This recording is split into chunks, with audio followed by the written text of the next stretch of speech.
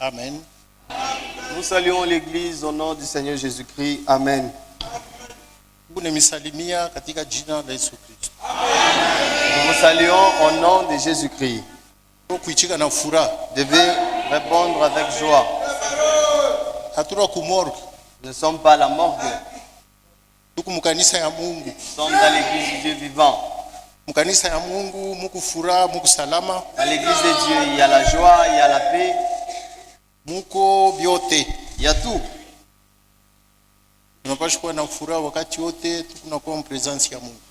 Tout moment où nous venons dans la présence de Dieu, nous devons être joyeux. C'est important. C'est l'un des fruits du Saint-Esprit. Dans le monde, la joie a peu d'importance. Mais en Christ, la joie montre le Saint-Esprit. S'il n'y a pas de joie, donc il n'y a pas de Saint-Esprit. Amen. Lorsque Dieu dit quelque chose, cela est très important. La Bible dit que si quelqu'un est en Christ, il est devenu une nouvelle créature. Toutes les choses anciennes chez lui sont passées. Toutes choses devant lui deviennent nouvelles. Amen. Le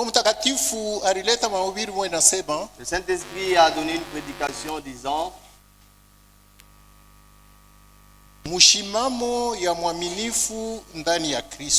la position d'un chrétien en Christ, d'un croyant en Christ.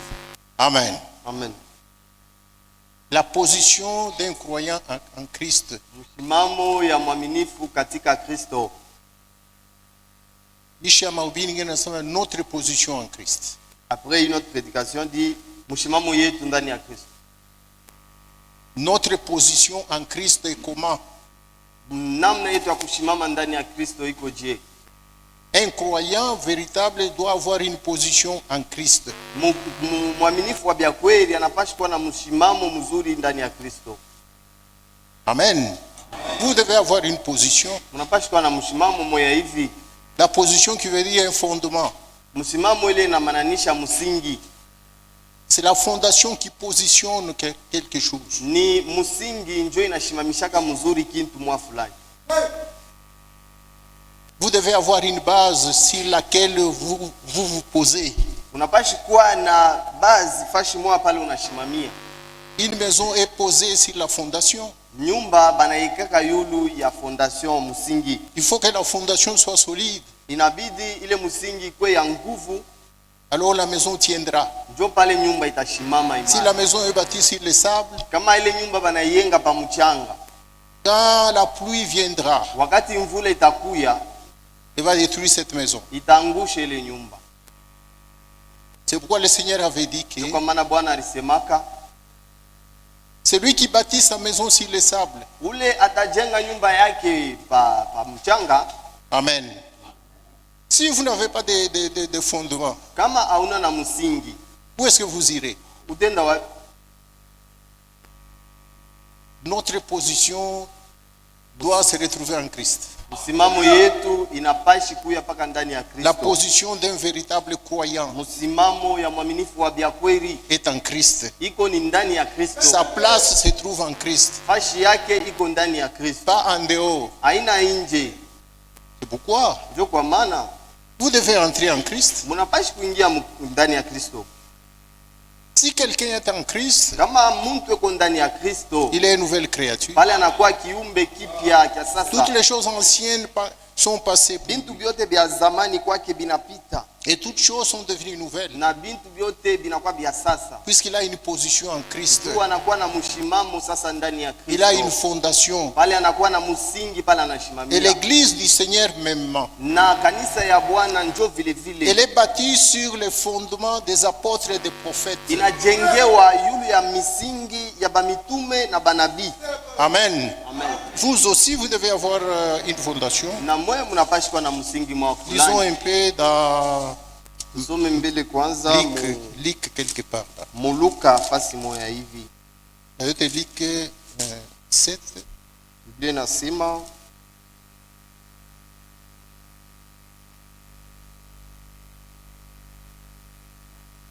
Luc chapitre 6. Luka sura ya 6 Verset 46. mstari ya 46.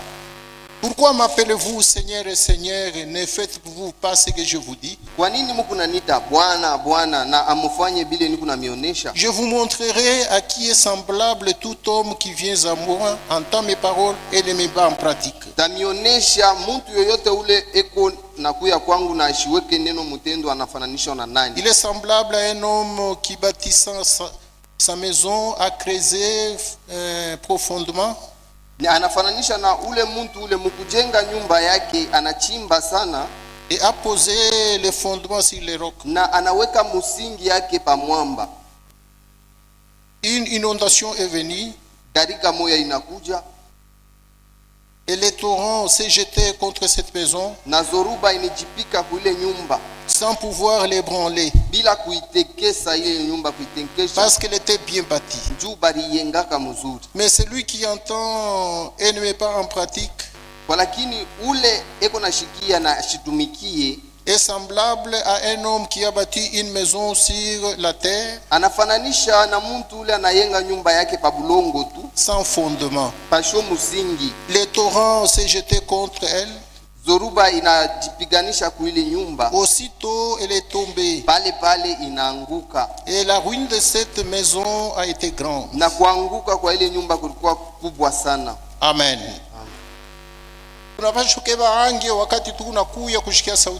Nous devons faire attention lorsque nous venons écouter la parole de Dieu. Lorsque nous écoutons la parole de Dieu, c'est-à-dire que nous sommes dans le voyage. La vie chrétienne, vous devez voyager dans la vie chrétienne. Ne soyez pas stationné à un endroit. Ne reculez pas en arrière. Dieu vous a appelé afin d'aller de l'avant. Vous devez marcher chaque jour de progrès en progrès. C'est ce que la Bible nous enseigne. Amen. Le Saint-Esprit nous enseigne disant un vrai chrétien, un vrai croyant, sa soif à lui c'est d'être chrétien chaque jour. Son but à lui c'est de ressembler à Christ chaque jour. La Bible dit la profondeur appelle une autre profondeur. Dieu a sa profondeur, c'est sa parole. La profondeur de Dieu, c'est le Saint-Esprit dans l'homme. Et le Saint-Esprit dans l'homme apporte la soif et la faim. La soif du Dieu vivant. La faim du Dieu vivant. Maintenant, si vous avez cette profondeur de Dieu en vous, cette profondeur devient une source d'eau vive. Lorsqu'on prêche la parole de Dieu, cette profondeur qui est en vous ne fera pas ce que vous restez à la maison. Car en vous, il y a une profondeur. Amen. Il y a des signes qui ne trompent pas. Amen. Un vrai chrétien, le Saint-Esprit révèle disant, un vrai chrétien, vous le remarquerez par sa position dans la foi. Dieu, pour le reconnaître, c'est au travers de la foi. Parce que la foi, c'est la révélation. C'est la révélation de Dieu dans l'homme. Dieu, vous ne pouvez le connaître parce que vous avez étudié.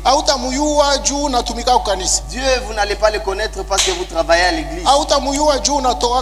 Vous n'allez pas le connaître parce que vous offrez beaucoup. Dieu, vous le reconnaîtrez au moyen seulement de la foi. Une vraie position d'un vrai chrétien, c'est au travers de la foi. Le prophète dit, vous pouvez voir dans le dimanche, Mtu mwana anapeleka tu batoto yake kwa école de dimanche. Un homme qui amène ses enfants à l'école de dimanche. Mais anarudia kwake anaenda kuikala. Mais lui, il rentre chez lui, il passe. École de dimanche inaisha anaenda kubeba batoto yake motoka. Et après l'école de dimanche, il part encore prendre ses enfants dans son véhicule. Unaweza kuona dada moya, Vous pouvez voir une sœur. ya kilta anaenda kolopa. Les jours du culte, elle va pour torchonner.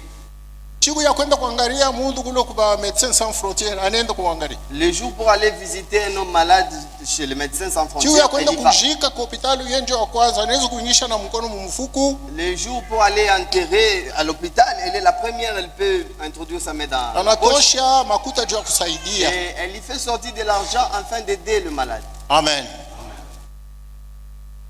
Biblia biote habitakusaidia kukitu kama una na Roho Mtakatifu. Mais tout cela ne vous servira à rien si vous n'avez pas le Saint-Esprit. Ase mukanisa Dans l'église, leo unaweza kutanisha mwaminifu wa mzuri sana. aujourd'hui vous pouvez y trouver un bon croyant. Mambo tu kiloko yenjo wa kwanza. S'il y a un petit problème, il est le premier à résoudre. Mtumishi anataka kwenda kuhubiri, yeye kapado kumpatia motoka. Si c'est le prédicateur qui veut aller voyager, il est le premier à lui offrir le véhicule pour aller voyager. Frère banasema kanisa beko na changa malata juu ya kanisa. Frère, on dit qu'à l'église on cotise de l'argent pour payer les tolls. Ndiyo barisema kila familia ete malata de. Oui, on avait dit que chaque famille apporte 2 tolls. Yata leta 20. Lui, il amènera 20 tolls. Ni mukristo mzuri. Donc c'est un bon croyant. Mais kama na Roho Mtakatifu. Mais s'il n'a pas le Saint-Esprit, ashitengia ile siku. il n'entrera pas ce jour-là. Amen. Amen. Donc ndugu mpendwa, C'est-à-dire, mon frère bien-aimé, Mungu alituma mwana wake wa pekee. Dieu a envoyé son Fils unique. Banaandika mu Jean chapitre 3 verset 16. Cela est écrit dans Yohana sura ya 3 mstari ya 16. Kwa maana Mungu alipenda sana ulimwengu, Car Dieu a tant aimé le monde, alituma mwana wake wa pekee il a envoyé son Fils unique, kusudi yoyote ule atamwamini afin que quiconque croira en lui, bila uchaguzi, sans exception, yoyote quiconque ule atamwamini qui croira en lui, ashipotee qui ne périsse point, na apate bujima milele. mais qu'il ait la vie Ndio éternelle. kenye Mungu alimtumia Yesu. Voilà le but pour lequel Jésus a été envoyé par Dieu. Sasa angalia baaminifu mu dunia mbeko mingi sana. Regardez maintenant les croyants dans ce monde, ils sont nombreux. Ni bangapi Yesu yeko ndani yao? Mais combien est-ce qu'en eux possède Jésus-Christ? Amen.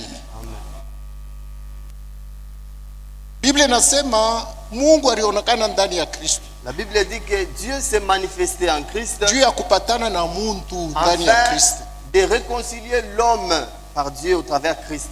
Juu asikilizane na muntu. Afin qu'il puisse se réconcilier avec Juu l'homme. mupatane naye. Afin que vous puissiez être en communion. Donc liye ya rendez-vous Donc le lieu de rendez-vous ya muntu na Mungu hapa chini entre Dieu et l'homme ici sur haina la terre, mutabernacle. ce n'est pas dans le tabernacle. Amen. Haina mu église catholique. Ce n'est pas non plus dans l'église catholique. Haina mu église méthodiste. Ce n'est pas non plus dans l'église méthodiste. Haina mu témoin. Ce n'est pas dans l'église de témoins de Jéhovah. Les lieux de rendez-vous, Fashi ya la makutano. Bible dit Biblia inasema Dieu était en Christ, Mungu alikuyaka ndani ya Kristo réconciliant le monde avec lui-même. mwenye kupatanisha dunia pamoja naye. Et quand il faisait Na cela, wakati anaanza kufanya il hili, n'imputait pas les péchés des gens. ashikwanze kuhesabia dhambi ya kila Il est mtu. venu seulement avec la parole de la réconciliation. Alikuya tu na neno ya kupatanishana. Amen. Amen. Ni bangapi wanaishi kupatana na Mungu? Combien se sont déjà réconciliés avec Dieu? Unaamini ujumbe Vous avez cru ce ni message? juu upatane na Mungu. C'est pour que vous puissiez vous réconcilier avec Dieu. Wewe na Yesu Kristo mkwe kitu moja. Que toi et Jésus-Christ vous soyez une seule chose. Ndio kwa maana unapaswa kuingia ndani ya Kristo. Voilà pourquoi vous devez entrer en Christ. Abaseme si Christ est dans quelqu'un. On n'a pas dit kama Kristo yuko ndani ya mtu mwa Il est fulani. bien dit si quelqu'un est en Christ. Banasema mzuri kama mtu fulani yuko ndani ya Kristo. Haina yeye atakuwa kuingia. Ce n'est pas Christ qui viendra Ni entrer. wewe ndio wa kwanza utaingia C'est ndani toi le yake. premier qui doit entrer en Christ. Yesu kuonesha uingie. Est-ce que vous êtes déjà en Christ? Kama hauna kiumbe kipi. Si vous n'êtes pas en Christ, vous n'êtes pas une nouvelle créature. Amen. Amen. Amen. Anatuambia hapa Muliki, On nous dit ici en Luc, nyumba yako ta maison, iko parok Là, il est bâti sur le roc. Rock ni révélation. Le roc, c'est la révélation. Ribwe mwamba ya milele. Le roc, le rocher éternel. Yesu Kristo. Jésus-Christ. Ndio pale unayengwa. Est-ce que c'est là où tu es bâti? Mikani kuna ubiri, mimi napenda kukumbusha bicho ingine ya mahubiri. Moi, lorsque je prêche, j'aime trop revenir sur certains thèmes de prédication. Jua ila bule Mungu alileta ile mabicho ya mahubiri. Parce que ce n'est pas pour rien que Dieu a donné ce thème. Kichwa ile ni mahubiri mujima. Le thème là seulement, c'est toute une prédication. Banahubiri sema l'absolu. On a prêché Mushimamo. Amen. Amen. Mukristo wote anapaswa kuwa na absolu. Chaque chrétien doit avoir un absolu. Hata nabii anapaswa kuwa na absolu. Même le prophète doit avoir un absolu. Hata wewe unapaswa kuwa na absolu. Même vous devez avoir un absolu. Hata mhubiri anapaswa kuwa na absolu. Même un prédicateur, il doit avoir un absolu. Amen. Kitu kile kinamshimamisha. Donc quelque chose qui fait à ce qu'il soit debout. Hata kama anakuwa mu désespoir ya je. Même si il est désespéré de n'importe quelle manière. Anajua sema niku na mshimamo yangu Il sait que j'ai mon absolu quelque part. Hautamutenkesha pa ile. Là, vous ne pourrez jamais lui bouger de cette place-là. Amen. Amen. Njoo kule ujumbe unetupeleka. C'est là où le message nous amène. Huku nyumba. Vous êtes une maison. Inapasha kuyengwa mukiro. Il doit être construit spirituellement. Hapana pa mchanga pa. Non sur les sables. Mtu anachimba na chimba. Quelqu'un qui creuse, il creuse, il creuse. Anaanza kuyenga deja nyumba na matafari. Et il commence déjà à bâtir la maison, élever les murs avec les briques. Mais mwingine anachimba. Mais l'autre creuse et creuse. Anaweka mamwalon. Il met des moellons là. Anayenga. Et par après il Uma commence fondation ingine itafanya mbele 2 mètres. Il y a certaines fondations qui peuvent faire même 2 mètres de profondeur. Ya mwalon chini.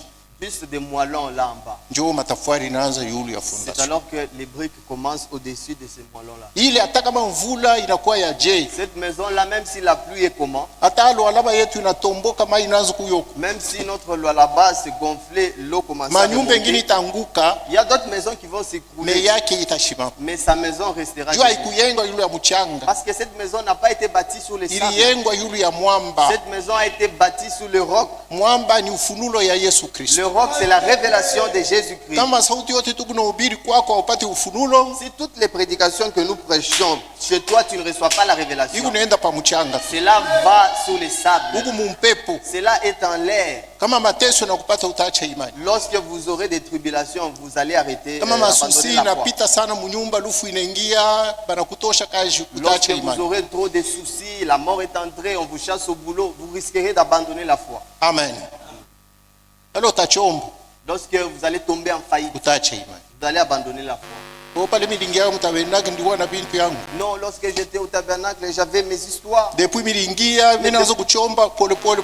Depuis que j'ai commencé à tomber en faillite petit à petit, Unaacha, vous allez abandonner. unarudia mafere. Vous rentrez dans vos affaires Juu ya prosperity. à cause de la prospérité. Au kukuwa na mijiji hapa. Donc vous n'aviez pas de racines. Amen. Amen.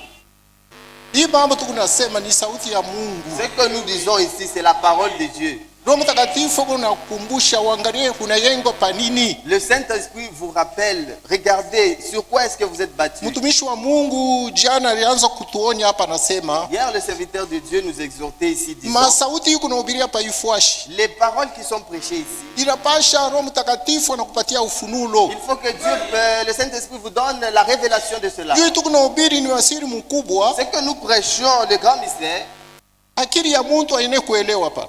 l'intelligence de l'homme ne peut pas comprendre cela. Tukunahubiri masiri Nous prêchons les mystères, ya bufalme ya les mbinguni. mystères du royaume des cieux. Mwe munapasha kuielewa Vous devez les comprendre, kwa sababu mwe Mungu na malako ya kutokelea kwa Mungu. car vous avez les promesses qui viennent de Dieu. Amen.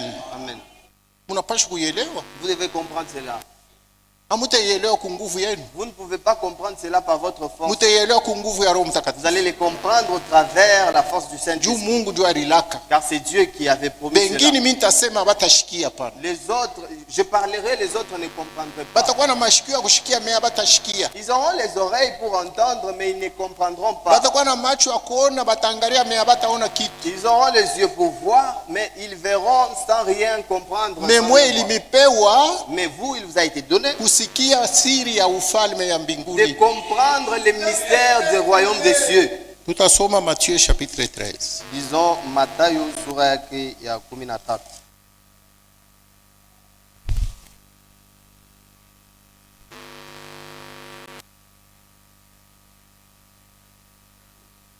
Matthieu 13. Mathayo sura yake ya 13. Commençons par le verset 9. Tuanzie mstari ya 9. Que celui qui a des oreilles pour entendre, entende. Ule kona mashikio ashikie. Les disciples s'approchèrent et lui dirent, Banafunzi bakamkaribia na kumuonesha. pourquoi leur-tu parles en parabole? Jua nini huku na basumburisha mfumbo? Jésus leur répondit, Yesu akabajibu, parce qu'ils vous ont été donné de connaître le royaume des cieux juu ilimipewa mujue masiri ya ufalme wa mbingu, et que cela ne leur pas été donné. na ile haikubapachie bo, Car on donnera à celui qui a, juu batapachia ule eko et nayo, il sera encore dans l'abondance. na atakuwa tena muzidi ya mingi. Mais à celui qui n'a pas, Kwa lakini kwa ule ashina nayo, on notera même celui qui l'a, même ce batamudanganya qu'il a. na ile yenye eko nayo. C'est pourquoi je leur parle en parabole, Njo kwa maana niko na basumburisha katika fumbo, parce qu'en voyant, ils ne voient point, juu mukuona bashipate kuona, et qu'en entendant, qu'ils n'entendent ni ne comprennent. na mukusikia basisikie wala bashielewe. Amen. Amen. Mais à vous, Walakini kwenu il vous a été donné de connaître le mystère du royaume. balinipatia mupate kuelewa na comprendre masiri ya ufalme ya mambingu. Verset 16. Mstari ya 16. Mais heureux sont vos yeux parce qu'ils voient, Walakini eri macho yenu njui kunaona, et vos oreilles parce qu'ils entendent. na masikio yenu njui kunasikia. Je vous le dis en vérité, Na niambia kwa ukweli, beaucoup de prophètes et de justes ont désiré voir ce que vous voyez, banabii ba mingi na benye yaki ba mingi balitamani kuona hivi Mungu kunaona, et ne l'ont pas vu, na abakuione, entendre ce que vous entendez, balitamani kusikia hivi Mungu kunasikia, et ne l'ont pas entendu. na abakubisikie. Vous donc écoutez ce que signifie la parabole du semeur. Sasa mweye musikie ile inamananisha fumbo ya ule mpandaji. Lorsqu'un homme écoute la parole du royaume Wakati muntu anasikia neno ya ufalme et ne la comprend pas, na asielewe, le malin vient et enlève ce qui a été semé dans son cœur. ule mujanja eko na kuya atatosha ile baripanda mu moyo wake. Cet homme est celui qui a reçu la parole de Dieu le long du chemin. Ule muntu ni ule alishikia sauti ya Mungu kadiri ya njia, Et l'histoire continue. na hadithi Vous le inaendelea. lirez à la maison. Mutaisoma kunyumba. C'est ça le travail d'un chrétien, Jo kazi ya Mkristo c'est de lire la parole de Dieu chez lui. ni kusoma sauti ya Mungu kwake. Pa ile fwashi mhubiri aliachia, Là où le prédicateur s'était arrêté, yeye ananote, anaenda kwake, anasoma. lui il prend les notes, il écrit, en allant chez lui, il lit. Roho Mtakatifu atashuka. Le Saint-Esprit descendra. Mkristo yule anazungumzaka na Roho Mtakatifu. Le Saint-Esprit, c'est celui qui parle avec le Saint-Esprit. Kama unasoma wewe mwenyewe polepole, Lorsque vous lisez vous-même doucement, Roho Mtakatifu atakuwa kando kando vous yako, verrez que le Saint-Esprit sera auprès de vous. ataanza kukusumburisha. Il commencera à communiquer avec vous. Amen. Ni vya kweli tu kunasema, ni C'est la experience. réalité, c'est une expérience. Amen. Amen. Utashikia sauti ya Mungu inashanje na kuwa sukari sari ndani yako. Vous verrez que la parole de Dieu est venue succulente comme du miel au-dedans de vous. Amen.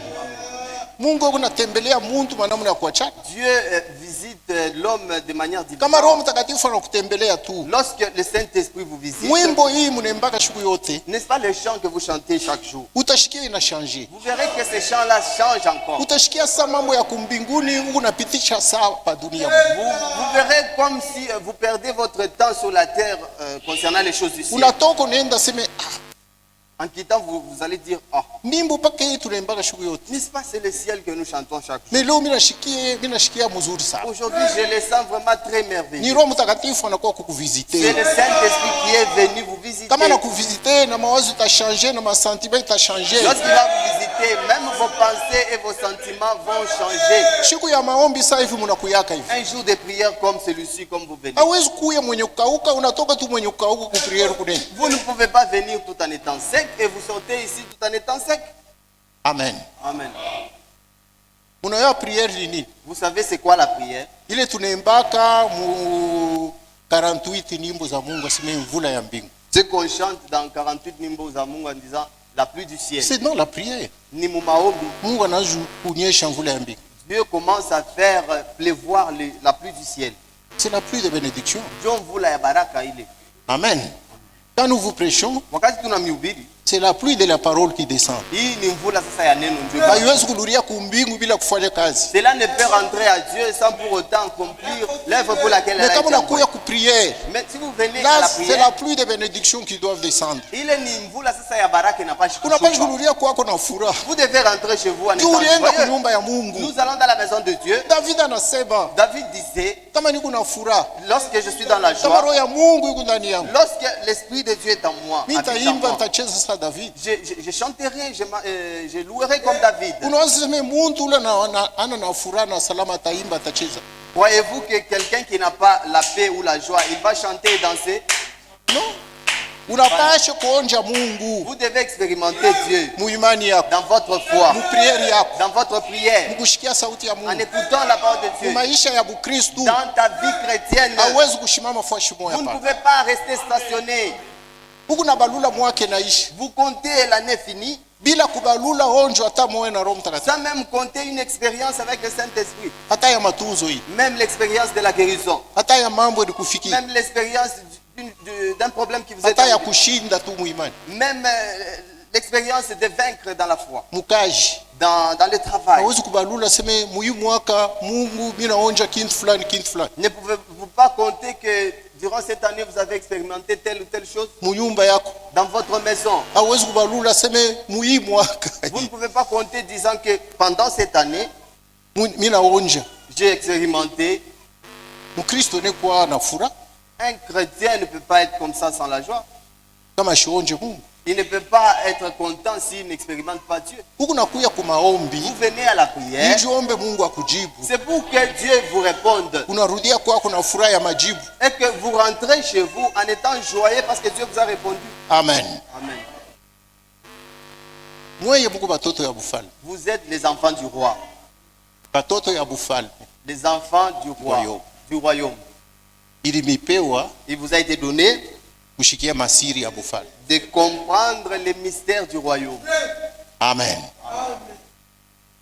Hapana wewe unahubiri mambo ya wokovu, Ce n'est pas lorsqu'on prêche sur le plan du salut. wewe kwako inesha kwa nguvu deja. Pour toi, on dirait de la mathématique. Wewe mwenyewe unaifanya inakuwa nguvu. Toi-même, tu fais cela que ça devient très difficile. Hii barisema ni siri. On avait dit, ah, ça c'est un mystère. Barisema ni siri. On avait dit que c'est un mystère. Iko nguvu kuishikia. Donc c'est difficile que je comprenne. Sasa na ateshikia. Maintenant, qui va comprendre ça? Unaonesha sema huna mtoto wa kufala. Là, tu montres que tu n'es pas un fils du royaume. Yesu yeye mwana alikwambia sema mweli mipeo kushikia. Jésus, on lui a dit que à vous, il vous a été donné de comprendre. Kuba mazehebu hapana, bwa bataishikia. Pas aux dénominationnels. Et ils ne vont pas comprendre Mwe cela. Mungu atemipatia mashikio ya kushikia. Vous, Dieu vous a donné les oreilles pour comprendre. Atemipatia macho ya kuona bintu ya Et bufalme. il vous donnera même les yeux de voir les choses du royaume. Amen.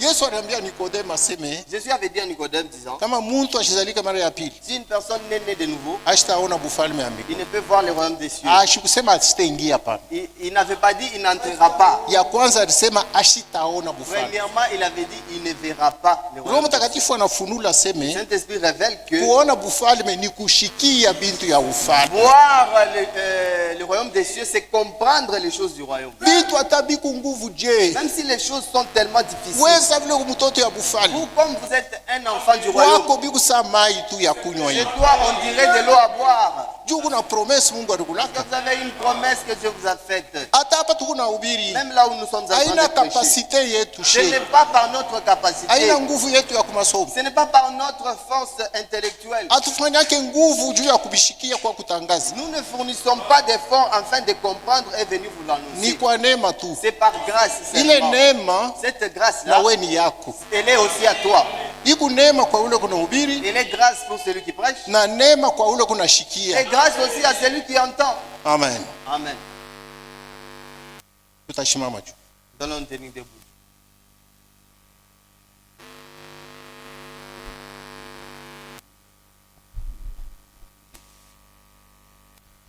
Un Pierre. Petro wa kwanza. 1 Pierre chapitre 1. Petro wa kwanza sura ya kwanza. Naomba Mungu. Je vais prier. Baba Mungu, tunakupikia asante katika jina la Bwana Yesu Kristo. Mbingu na dunia itapita, neno lako haitapita. Wewe ndio ulisema kwa mwenyewe na masikio asikie ile roho nasema kukanisa. Mungu wetu tutasikia je kama wao tupatie ile masikio. Ndio tunakuya kwako kumbi utupatie ile masikio ya kusikia. Wewe ndio ulisema kwa bengine abatashikia abataona. Kwa sisi ili tupewa kushikia siri ya ufalme Seigneur. Tunaanza kuitangaza neno lako, kunjia Roho Mtakatifu tufundishe manja yako. Tunaomba sa vile Musa alisema kweli kweli kama tulipata neema kwa macho yako, ujifunule kwetu, tufunulie manja yako Seigneur. Tukujue vile napaswa kukujua tena. Angalia watoto yako wanakuja hapa tangia asubuhi juu ya kukuomba kutafuta uso yako, kuona kanie Seigneur. Bariki kila nafsi ilikuomba Seigneur. Ureserve kila majibu kwa kila nafsi ilikuomba na imani. Tunaanza kuhubiri neno lako, utaonekanie Seigneur kupitia mahubiri na ujifunule kwetu katika jina la Yesu Kristo naomba. Amen. Amen. 1 Pierre chapitre Petro 1 wa kwanza sura ya kwanza verset 1. mstari ya kwanza.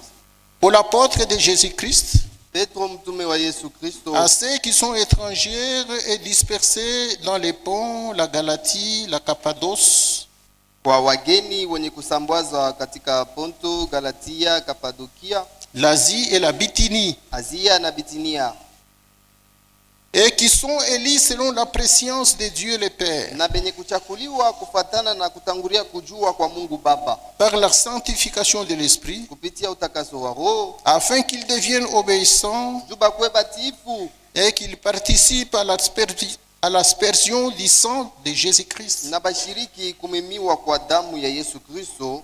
Que la grâce et la paix vous soient multipliées. Hivi neema na amani ikuye nyingi kwenu. Bwana Mungu abariki masauti. Amen. Que Dieu bénisse ces paroles. Amen. Tukunaendelea na kusema yulu ya mapu ya wokovu. Nous continuons à parler sur le plan du salut, Ou mapu ya Mungu ya milele. ou le plan éternel de Dieu, Au mapu ya ukombozi. ou le plan de la rédemption.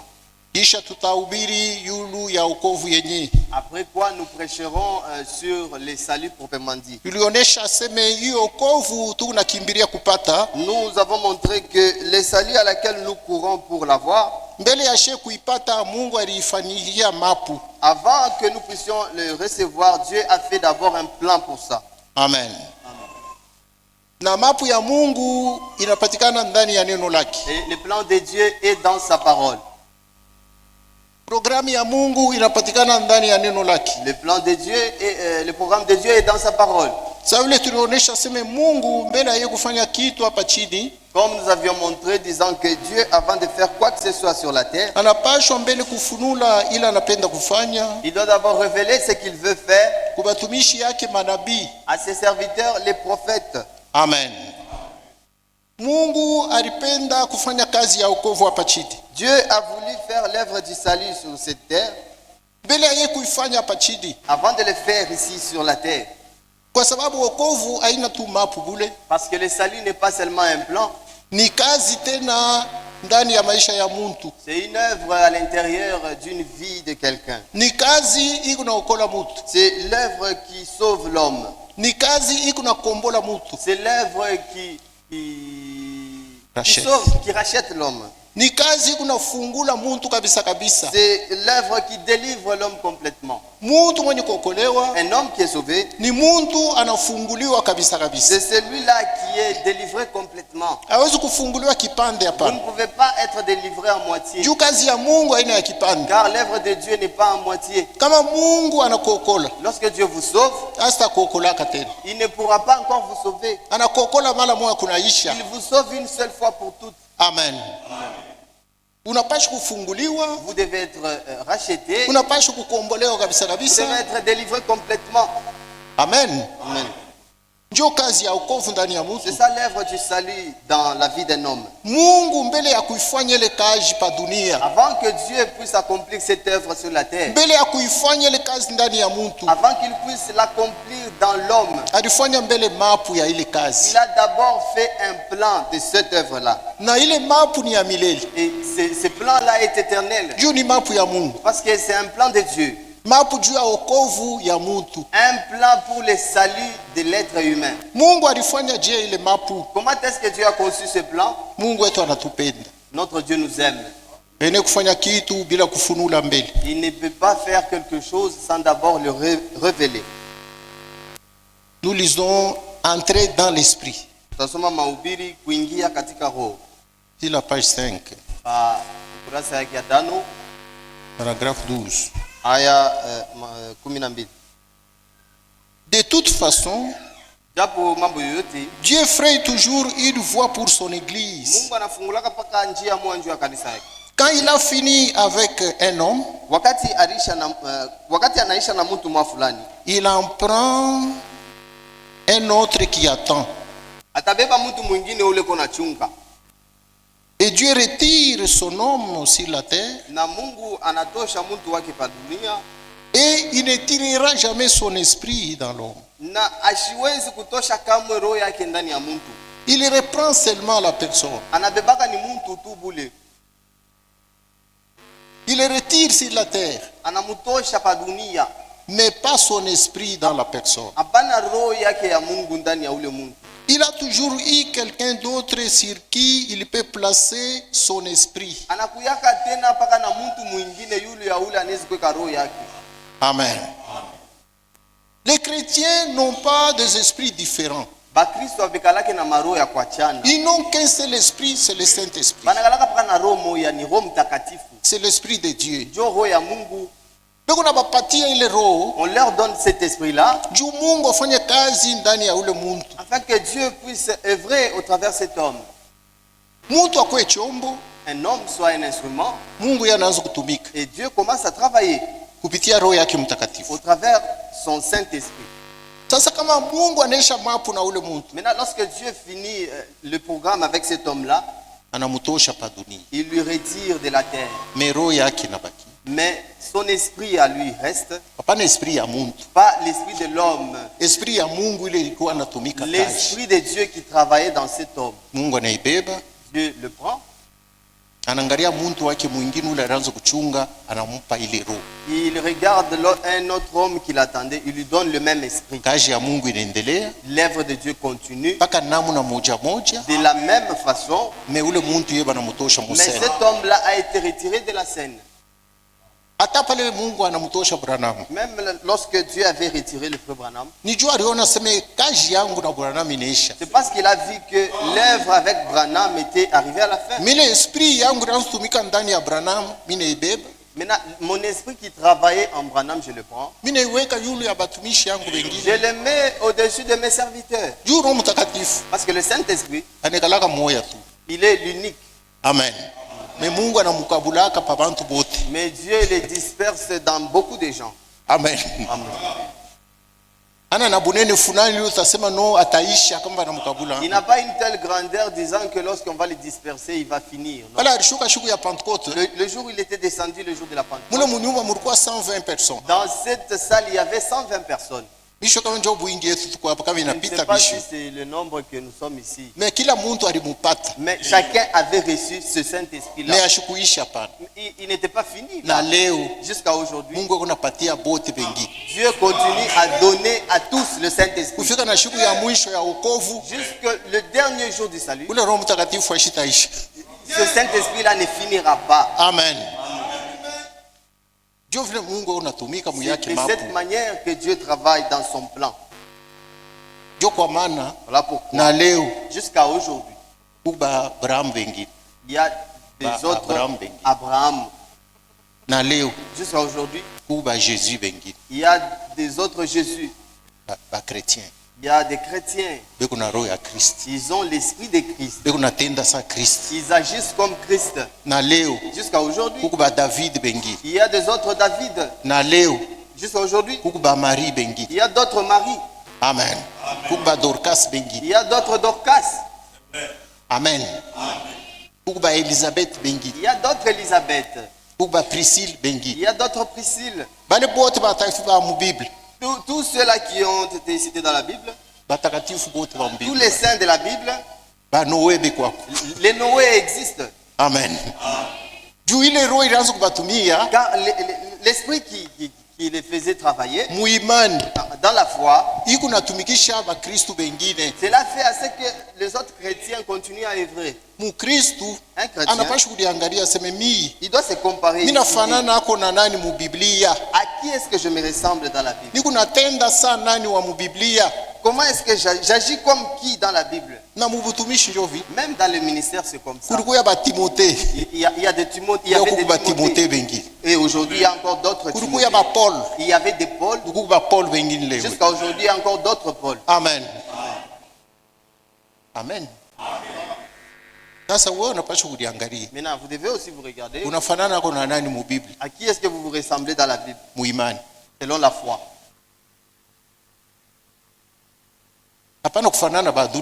Ne vous ressemblez pas au monde. Vous voulez porter comme les gens du monde. Vous voulez faire confectionner vos vêtements comme les gens du monde. Vous voulez vous faire tresser comme les gens du monde. Non, ressemblez-vous un peu à Sarah. C'est ce que la Bible dit. Amen. Vous ne pouvez même pas vous ressembler à nos femmes. Les femmes des prédicateurs. La Bible a déjà donné des exemples et des modèles à suivre. Amen. Amen. Car nos femmes, ils sont encore dans le chemin de la foi. Vous risquerez d'imiter leur foi. Un jour, vous serez déçus. Mais si vous imitez la foi de Sarah, elle a déjà achevé la course. Amen. Amen. Et Dieu a signé sa course. Voilà pourquoi nous prêchons. Évitez de prendre les exemples des gens. Non. Prenez les exemples bibliques. Amen. Que Dieu vous bénisse. Nous continuons à lire. Et c'est étrange. Mais c'est dans la Bible. Il n'a jamais eu des prophètes majeurs en activité au même moment. Amen. Lis toi-même ici, peut-être. Et c'est étrange. Mais c'est dans la Bible. Il n'a jamais eu deux prophètes majeurs en activité au même moment.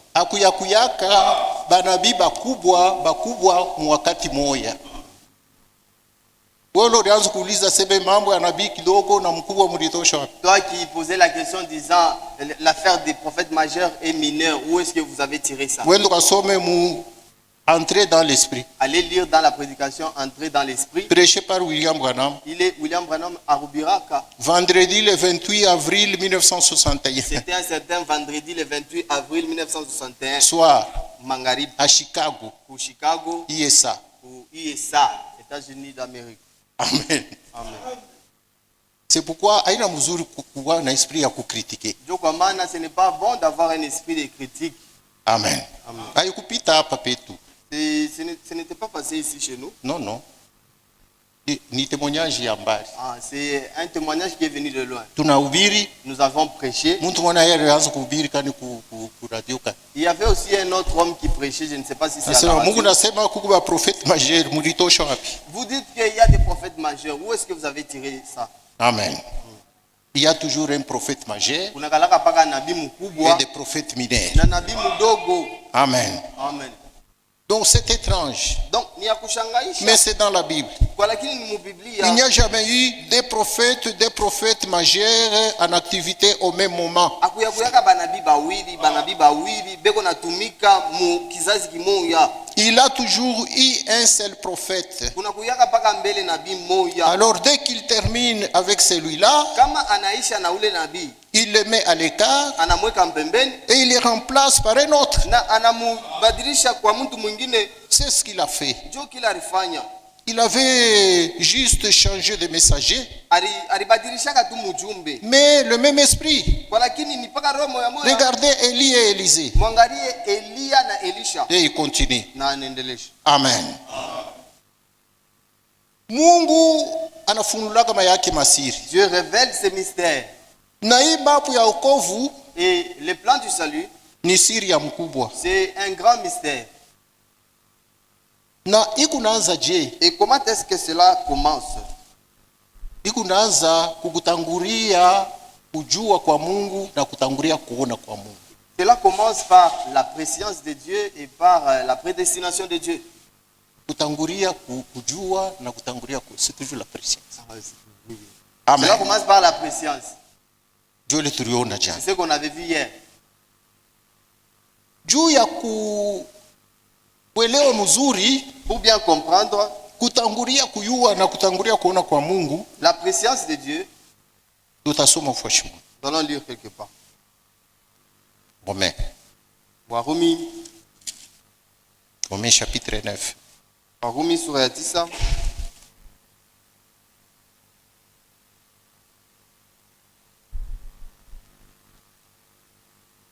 Dans le verset 8. Mention mstari ya 8.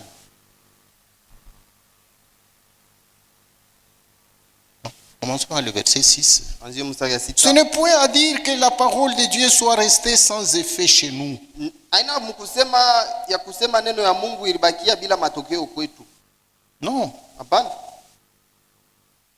Ce n'est point à dire que la parole de Dieu soit restée sans effet. Hatuwezi kusema neno ya Mungu ilibakia bila kutenda. Car ceux qui descendent d'Israël ne sont pas tous Israël. Juu bale bote beko natokea mu Israeli, haina bote ba Israeli. Et pour être la postérité d'Abraham, Na njua kwa kizao kia Ibrahimu, ils ne sont pas tous ses enfants. haina bote njoo batoto yake. Mais il est dit, Kwa lakini inasemwa en Isaac sera nommé pour toi une postérité. ndani ya Isaka batapanga kizao ndani yake. C'est-à-dire que ce ne sont pas les enfants de la chair qui sont enfants de Ni Dieu, kusema haina batoto ba mwili njoo banakuya batoto ya Mungu. mais que ce sont les enfants de la promesse qui sont regardés comme la postérité d'Abraham. Kwa lakini ni batoto ya malako njoo bale beko na baona sawa kizao kia Ibrahimu. Non. Voici en effet la parole de la promesse. Sasa mtazame hivi neno ya malako. Je reviendrai à cette même époque Takuyaka paka muhi kizazi kimoya et Sarah aura un fils. na Sara atapataka mtoto. Amen. Amen. C'est ici où commence notre problème. Njoo hapa panaanzia mambo yetu. Et de plus, Na kisha il en fit ainsi de Rebecca qui conçut l'Israël Isaac, notre père. alifanya vile vile na Rebeka ule alipokea mimba kutokea Isaka baba yetu.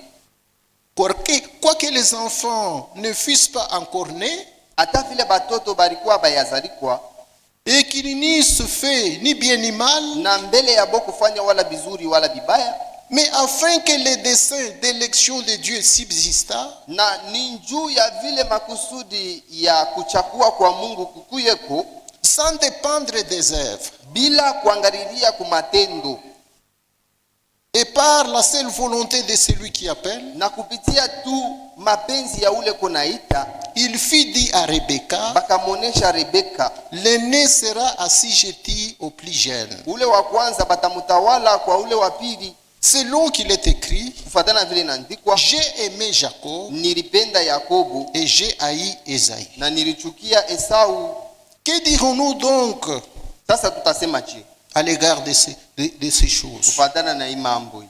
Qu'est-ce que nous pouvons dire? Tutasema hapo nini? Y a-t-il en Dieu donc de l'injustice? Sasa ndani ya Mungu mko uzalimu? Loin de là. Mbali na ile. Car il dit à Moïse, juu alimoneshaka Musa, je fais miséricorde à qui je fais miséricorde. niko nafanyishia rehema kwa ule mimi nataka kufanyishia rehema. J'aurai compassion de qui j'ai compassion.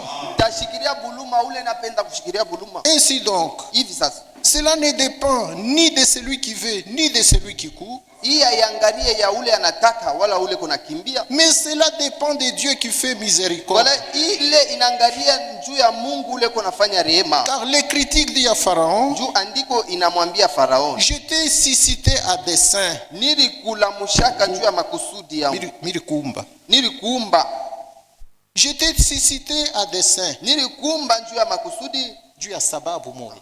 juu ya sababu Juu ya moja kazi hivi, moja. juu ya kazi moja hivi. Je t'ai suscité à dessein Nilikuumba juu ya kazi moja fulani, pour montrer en toi ma juu puissance kupitia wewe nioneshe nguvu yangu, et afin que mon nom soit publié par toute la terre. juu jina yangu baitangaze dunia mzima. Ainsi, il fait miséricorde à qui il veut Hivi eko nafanishia rehema kwa ule et anapenda, il endurcit qui il veut. na eko nafanya moyo mgumu kwa ule anapenda. Tu me diras, Utanyonyesha sasa. alors s'il en est ainsi, Sasa kama bintu biku vile, pourquoi blâme-t-il encore? juu ya nini eko nasema tena? Jua nini unafoka tena? Juu ya nini eko nafoka tena? Kama mtu anafanya dhambi, Si quelqu'un commettait un péché, kama vyote vinadependre na yeye. si tout dépend de Dieu, Yeye unafanisha bulumu, ule anapenda kufanisha il bulumu. fait miséricorde à qui il veut. Yeye unakaziria roho ya ule anapenda kaziria. Il endurcit celui qu'il veut. Pourquoi kuna kwa tena kutufokea na kutukondane? Mais pourquoi il blâme encore et il nous condamne? Amen. C'est pourquoi ceci est un grand mystère à Ndio kwa comprendre. maana ni siri mkubwa sana ya kuelewa, Mais c'est très facile. lakini ni ya wepesi sana. Suivez bien, ne soyez pas Fuate déçus. tu mzuri mshilengame. Tu me diras, Utanyonyesha sasa. pourquoi blâme-t-il encore? Sasa yeye unafoka juu ya nini? Car qui est-ce qui résiste à sa volonté? Juu nani ule anashikamanaka kwa mapenzi yake? Hii ni jibu Ça c'est une réponse ya ule mtu unauliza sema de celui qui pose la question disant non. sasa vyote vinadependre na yeye. Tout dépend de Dieu, n'est-ce Pourquoi pas? unakuwa kutukondane tena? Alors pourquoi il vient nous condamner sur les erreurs? Pourquoi kuna foka? Pourquoi il blâme? Acha tukwambia aseme Laissez-moi vous dire que ni mtu kana anaweza kupimana na mapenzi ya Mungu. car qui est-ce qui résiste à la volonté de Dieu? Oh homme, toi plutôt, qui es-tu pour contester devant Dieu? Sasa we muntu huku nani njuu ya kubisha mbele ya Mungu? Huku nani juu ya kubisha vile Mungu anasema? Qui es-tu pour contester devant Dieu? Huku nani juu ya kumjijie Mungu? Qui es-tu pour juger Dieu?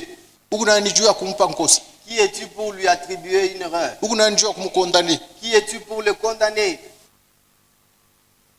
La vase d'argile Ile chombo ya bulongo dira-t-elle à celui qui l'a formé, pourquoi m'as-tu fait ainsi? ezi inezi kumuonesha kwa ule aliitunga sema njua nini ulinifanya hivi? Amen. Le potier n'est-il pas maître de l'argile Ule mfinyanzi aina nje yenjo mwalimu wa ile bulongo pour faire avec la même masse un vase d'honneur juu afanye na ile bulongo chombo cha bei et un vase d'usage vil? na chombo cha bure? Amen. Et que dire si Dieu voulant montrer sa colère et faire connaître sa puissance, Na tuseme je, kama Mungu alipenda kuonesha kasirani yake na kuonesha nguvu yake, a supporté avec une grande patience des vases de colère, alivumilia sana na uvumilivu ya nguvu sana mavyombo ya kasirani, des vases de colère formés pour la perdition. mavyombo ya kasirani ile bariumba njuu ya upotevu. Et s'il a voulu faire connaître la richesse de sa gloire, Na kama alipenda kuonesha utajiri ya utukufu yake envers des vases de miséricorde mbele ya ile vyombo vya rehema, qu'il a d'avance préparés pour sa gloire, ile alitayarisha mbele njuu ya utukufu yake.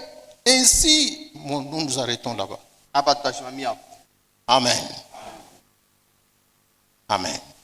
Histoire yetu inaanza mbali kule juu Notre histoire a commencé là un peu plus haut na Abraham. avec Abraham. Mungu anampatia Abraham malako Dieu a donné à Abraham la promesse ya kumpatia uzalo. de lui donner une génération, Amen. Une postérité. une postérité. Amen. Mungu anaanza mambo na Abraham. Dieu a commencé cette affaire avec Abraham. Mungu anafanya bien juu histoire ya wokovu ilianza na Abraham. Dieu a bien fait parce que l'histoire de salut a commencé avec Abraham. Mambo ya imani inaanza na Abraham. L'affaire de la foi a commencé avec Abraham. Ule kunasema mambo ya imani yeye kunasema mambo ya wokovu. Celui qui parle de la foi, il parle du salut. Amen. Amen. Wokovu na imani biku naenda pamoja. Le salut et la foi marchent de pair. Juu maandiko inatuambia Parce que sema les Écritures nous disent que Ephésiens chapitre 2 kwa Efeso sura ya pili le verset 8. sura ya mstari wa 8. Ephésiens 2:8. Efeso 2:8. Car c'est par la grâce que vous êtes sauvés, Juu ni kupitia neema ndio mliokolewa, par les moyens de la foi. kupitia namna ya imani. Et cela ne vient pas de nous. Na ile haitokee kwenu, C'est le don de Dieu. ni zawadi ya Mungu. Ce n'est point par les œuvres, Haina kupitia matendo. afin que personne ne se glorifie. Juu kushukua hata mtu moyo wa kujitukuza. C'est par grâce que vous êtes Ni sauvés. kupitia tu neema ndio mliokolewa Et au moyen de la foi. na kupitia namna ya imani. Et le salut ne vient pas de nous. Na wokovu haitokee kwetu shie. C'est un don gratuit que Dieu a donné. Ni zawadi tu ya bule ile Mungu alileta. Un don gratuit de la vie éternelle. Ni zawadi ya bule ya uzima wa milele. Que Dieu vous donne Ile Mungu ananipatia par Jésus-Christ son kupitia Fils. Yesu Kristo mwana wake. C'est ça le salut. Njo wokovu ile. Un don gratuit. Neema tu zawadi tu ya bule. Amen. Amen. Mais vous le recevez Sasa munaipokea par la foi. kupitia imani. Si tu n'as pas la foi, tu ne seras pas sauvé. Kama una na imani hautaokolewa.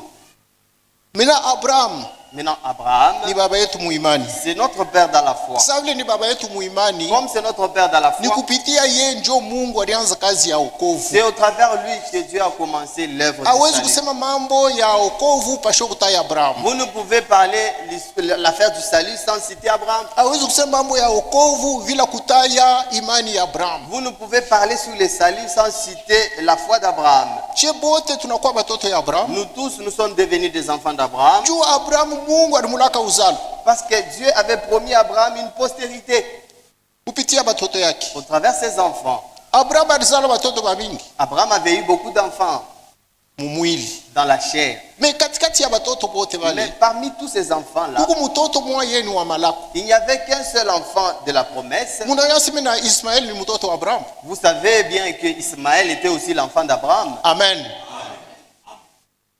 Na batoto wengine. Même les autres enfants là. Me Biblia inabeba aba bade. Mais la Bible a dit, a pris ses deux fils. Mmoja alikuwa mtoto wa Abraham kupitia Agar, L'un était l'enfant d'Abraham au travers Agar. mwingine anakuwa mtoto wa Abraham kupitia Sarah, L'autre était l'enfant d'Abraham par Sarah. ni Isaac. C'était Isaac.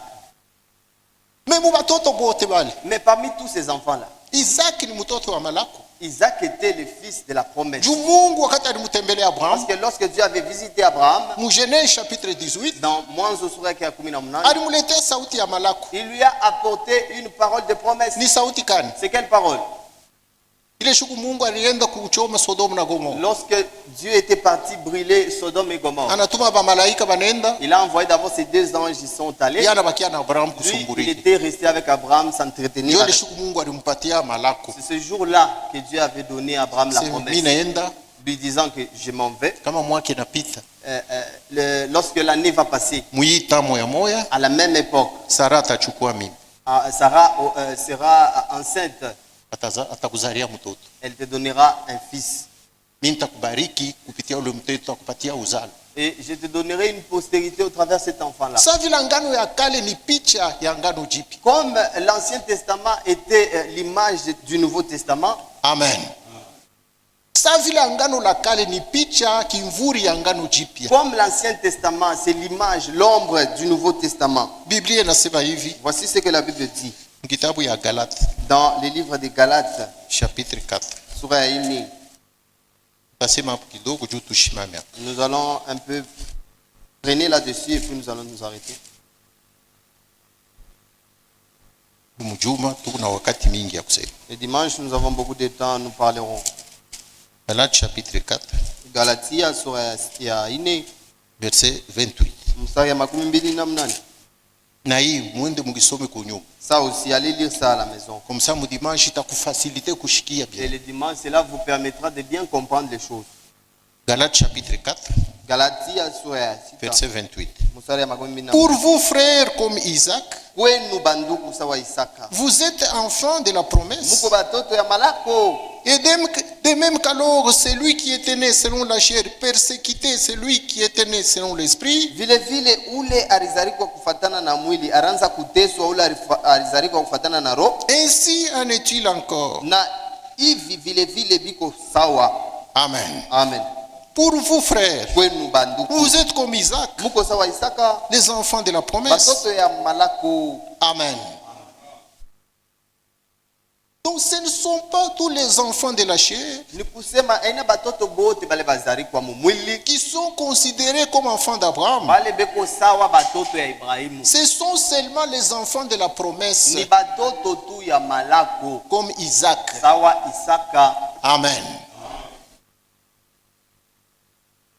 Maintenant, Sasa hii mambo tunasema pa hii fuashi ce que nous disons ici, ilianza na Abraham, cela a commencé avec Abraham kisha nafikia Jacob baba yetu muimani. et cela est arrivé à Jacob, notre père aussi dans la foi. Ni nini ilimfikia Jacob? Qu'est-ce qui était arrivé à Jacob?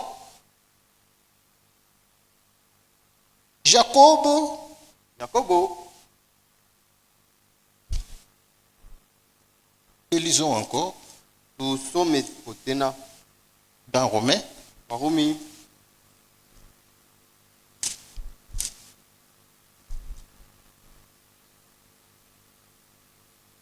le verset 10, Warumi Romains 9, sura ya 9 mstari ya 10, commençons par 9. tuanzie mstari ya 10. Voici en effet la parole de la promesse. Mtazame sasa neno ya malako. Je reviendrai à cette même époque Tarudiria kamui wakati moya et Sarah aura un fils. na Sara atapata mwana. Maintenant, suivez. Sasa mfuate. Et de plus, Na kisha il en fit ainsi de Rebecca, alifanya vile vile na Rebeka qui conçut du seul Isaac notre père. mwenye kupokea mimba kutokea Isaka baba yetu.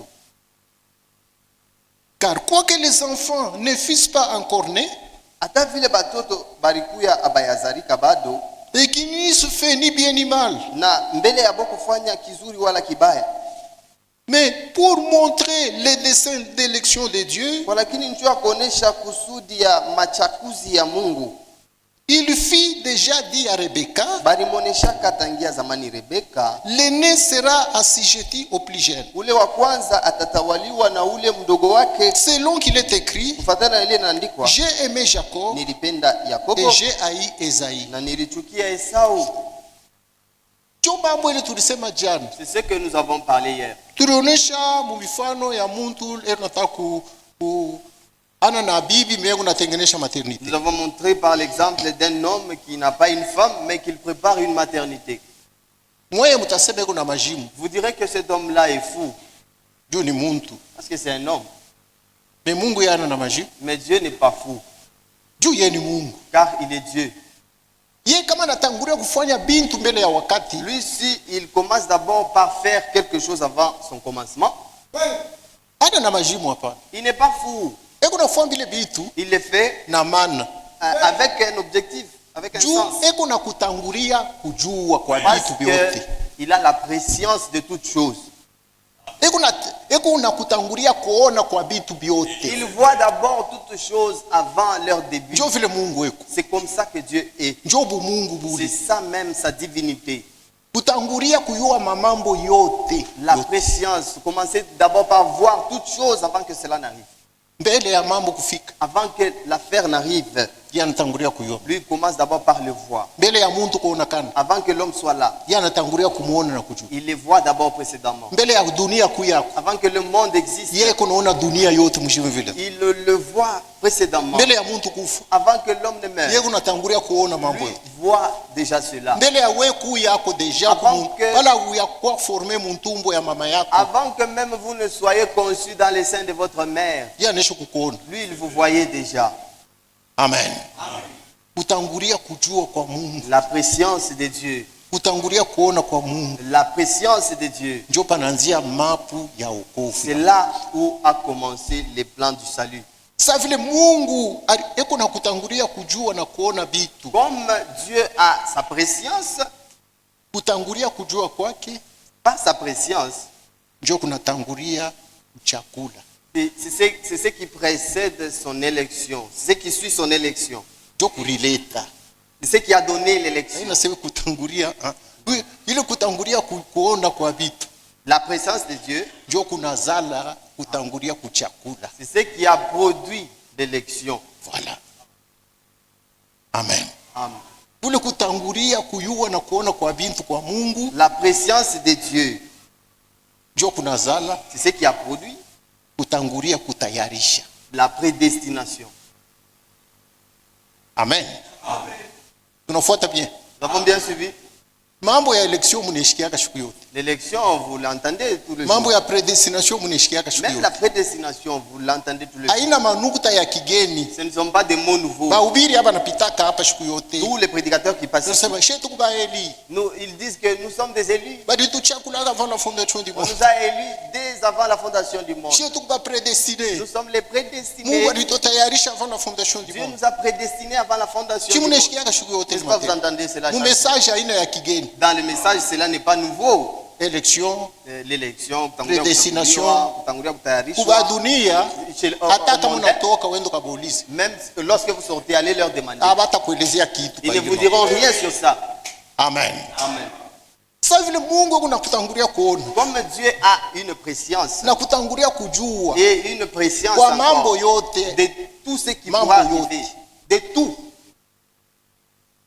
njo ilimsaidia Mungu C'est ce qui a permis à Dieu kutangulia kuchakula batu de faire l'élection de ses siens na kutangulia kutayarisha batu. et de faire la prédestination Yu de ce qui lui waseme appartient. mumapu ya Mungu ya wokovu, Sachez que dans le plan du salut de Dieu, Mungu kutangulia kujua kwa il Mungu, y a d'abord la préscience de Dieu, Mungu kutangulia kuchakula, il y a l'élection de Dieu Mungu kutangulia kutayarisha. et il y a la prédestination. Ndio vile Mungu alifanya mapu yake. C'est ce que Dieu a fait comme son plan. Hivi uko hapa Comme vous êtes Amen. là, assises. shenjo tu unashituka. C'est nous qui nous Aseme étonnons, Meda leo vendredi alikala karibu na poto ya mweupe. disant que la sœur Meda aujourd'hui vendredi, elle s'est assise à côté du poteau blanc. Bali ulikuwa uyazalika, Avant que tu ne puisses naître, Mungu alikuwa anaisha hii mashuku yote ya kesho kutu tous les jours de demain, d'après-demain, 2050, de 2050, 2060. de 2060, Mungu yanishuku yote. Dieu a déjà vu cela. Na ane ya mwisho ya dunia Mungu yaneyo. Même les dernières années de ce monde, Mais Dieu hakuna connaît ça. savant hata muntu mwana Mais il yuwe. n'y a aucun savant qui connaît ça. Amen. Amen. Sasa ule muntu kuna ile kapasite atashindwa kutangulia kuchakula je? Comment est-ce que l'être qui a cette capacité ne peut pas commencer par élire d'abord? Iwe uku hapo nekala leo kunashiki. Aujourd'hui, là où vous êtes assis en train d'écouter, Mungu alitangulia kuiona. Dieu a précédemment vu cela. Amen. Aliyo aseme mulu alaba Il savait qu'à là-bas, utekala kapo hivi. tu seras assis là où tu es assis. Mungu mbariki. Que Dieu vous bénisse. Unashimamia pale. Nous nous arrêtons là. Juu faut kwenda polepole. Juu mushikie mala moyo. Car il faut aller tout doucement afin que vous puissiez comprendre une seule fois pour toutes. Amen. Amen. Dimanche tutaendelesha sana. Le dimanche, nous allons un peu prolonger. Pengine tutaisha mapu ya wokovu. Peut-être nous allons finir le plan du salut. Sasa vile kuta mingi. Comme il y a beaucoup de temps, Hatutalefusha bintu sana. nous n'allons pas beaucoup traîner sur les choses. Non. Tutalefusha bintu sana pale tutahubiri wokovu. Nous allons beaucoup marteler sur le salut. Juu hii ni plan tu. Car ça, c'est le plan d'abord. Amen. Kama wanafanya plan ya kuyenga nyumba, Lorsqu'on fait le plan de construire la maison, inaachana na nyumba vile vile unaiyenga ionekane. cela est différent de la maison, de la manière dont on la construit. Kazi munene iko mkuyenga. Le plus grand travail, c'est lorsqu'on construit. Mais kusoma plan. Mais lire les plans. Mpaka leo wewe utaisoma. Jusqu'à aujourd'hui, aujourd'hui seulement, vous pouvez finir à lire les plans. Amen. Amen. Mungu atatusaidia. Et Dieu nous aidera. Kwa hiyo wasema mapu ya Mungu ya Sachez wokovu que dans le plan du salut, inaanza na prescience. cela a commencé par kutangulia kujua kwa Mungu. kunakuya election, kisha kunakuya kutangulia kuchakula, kunakuwa predestination. kisha kunakuya kutangulia kutayarisha. Vile vyote Mungu alitangulia kuvifua mbinguni. Dieu a précédemment fait cela dans les cieux. Dieu alitangulia kuona mambo yote. Il a précédemment vu toutes choses. Alitangulia kujua mambo yote. Et il avait la préscience de toutes choses. Mungu embariki. Que Dieu vous bénisse. Kama inakuwa nguvu, Si cela devient difficile, tutafungula na hii marido. nous allons ouvrir ces rideaux. Bebe mpemba tuandike. Nous allons prendre la craie, nous allons noter au tableau. Mungu emibariki. Que Dieu bénisse.